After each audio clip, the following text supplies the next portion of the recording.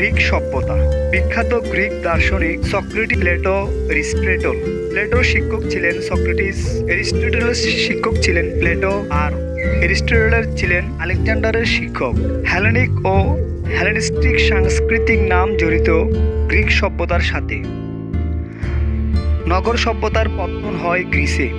Greek সাহিত্যের অপূর্ব নিদর্শন মহাকাব্য ইলিয়াড ও অডিসি রচনা করেন হোমার। গ্রিক বিজ্ঞান্তক নাটকের জনক এসকাইলাস রচিত নাটক প্রমিথিয়াস বাউন্ড। সফোক্লিস যে দেশের নাট্যকার ছিলেন গ্রিস, তার বিখ্যাত বই ইউপিডাস।